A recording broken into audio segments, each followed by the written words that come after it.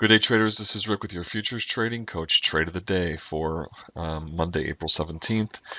Trade of the day was in the ES. We had some good ones. We had, good one in every market. Let me give it to the ES because the ES one went a little bit further. It was a pretty cool trade. We got long on the ES on a power play. That was a 23.32 quarter. And that one made up to 9 quarter, which was 7 points, right up to the target. So far, the high of the day, certainly the high of the morning for the trading room, and that was a pretty cool trade. Now there were a few people that did not take this because there was the news, so we'll throw another one in here. We had another trade in gold.